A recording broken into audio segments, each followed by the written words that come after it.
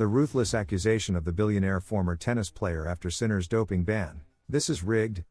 Jannik Sinner, one of the most promising young stars in tennis, has been banned from competing for 3 months after reaching an agreement with the World Anti-Doping Agency, WADA.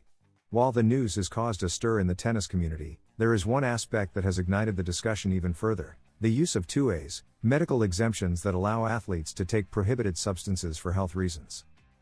Ayaan Siriak, the game is rigged. In statements to L'Equipe, Siriak was blunt. The day WADA accepted the first 2A exemption allowing an athlete to take substances from the blacklist, complete deception was legalized. There are thousands of athletes and hundreds in my sport who have 14 or 15 exemptions and have never tested positive. It's cheating in sports. The game is rigged, very rigged. According to Siriak, these authorizations can give a player a 10, 20, or even 30% advantage over their opponent, which is a lethal blow to the credibility of tennis. And the key question he raises is crucial.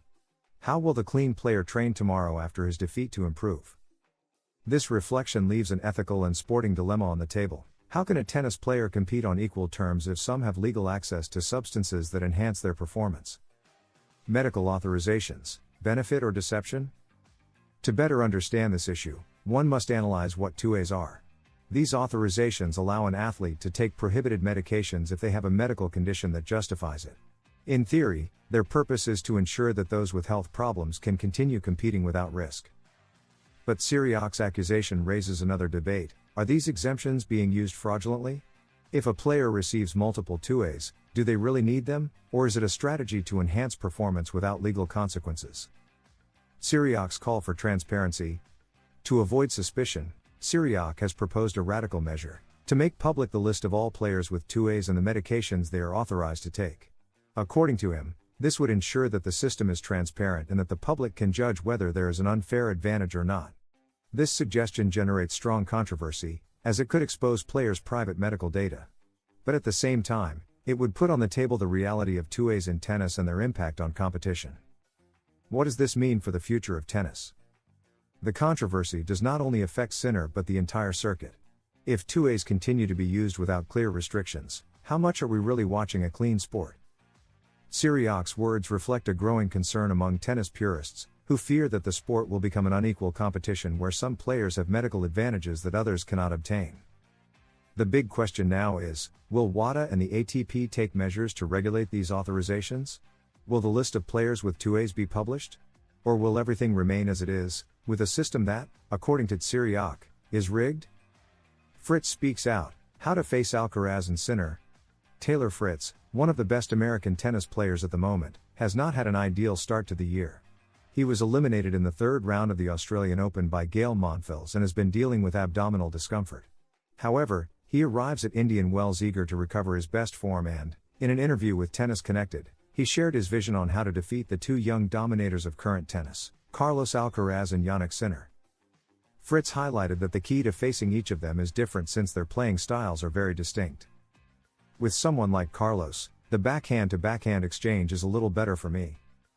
This phrase suggests that Fritz trusts his backhand as a weapon against the Spaniard, but when it comes to Sinner, the approach changes.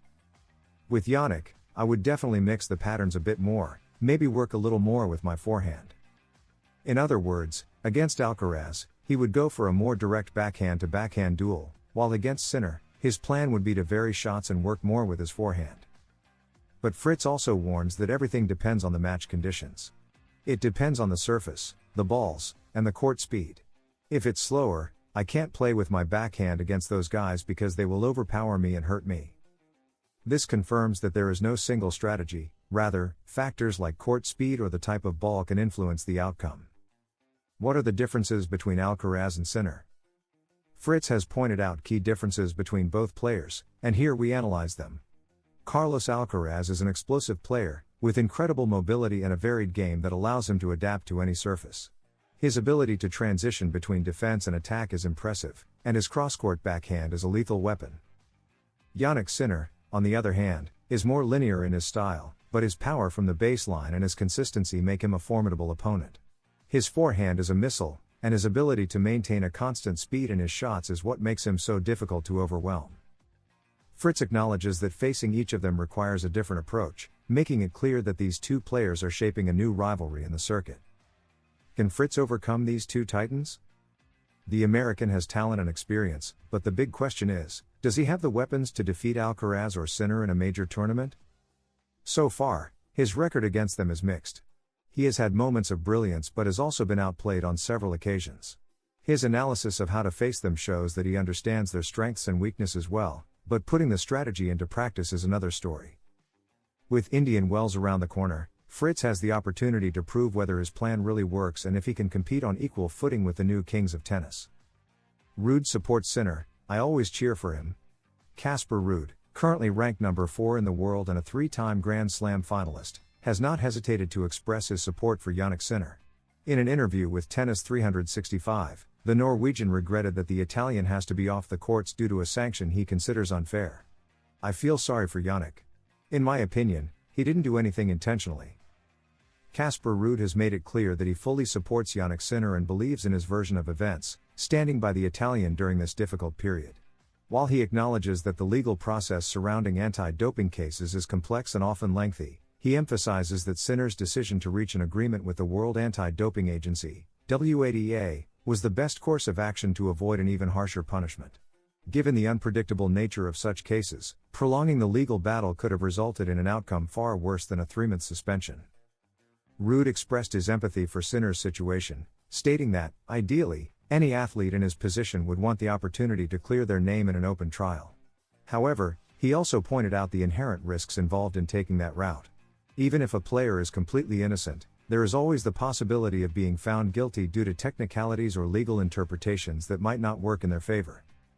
If I were in his place, I would love to be able to defend myself in an open trial, but there is always the risk of being found guilty, even if you are not, Ruud admitted, highlighting the difficult choice Sinner had to make.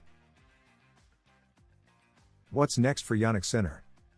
With his 3-month suspension in effect, Jannik Sinner will be forced to miss several crucial tournaments, significantly impacting his season. Among the events he will be absent from are 4 of the 9 Masters 1000 tournaments, which are not only essential for ranking points but also serve as key preparation for the Grand Slam events. Missing these tournaments will inevitably affect his position in the rankings, potentially allowing his rivals to close the gap or even overtake him. Additionally, the lack of high-level match play for such an extended period could hinder his rhythm and sharpness upon his return. The big question remains, how will Sinner respond to this forced break? Throughout his career, he has demonstrated remarkable resilience and a strong work ethic, qualities that could help him recover quickly. However, spending 3 months away from the tour is an unprecedented challenge for him. While some players return refreshed after time off, others struggle to regain their previous level, especially in a sport as demanding as tennis. Will he be able to maintain the level that took him to world number 1? Or will this setback disrupt his momentum, affecting both his performance and confidence? Only time will tell how this suspension shapes the rest of his career.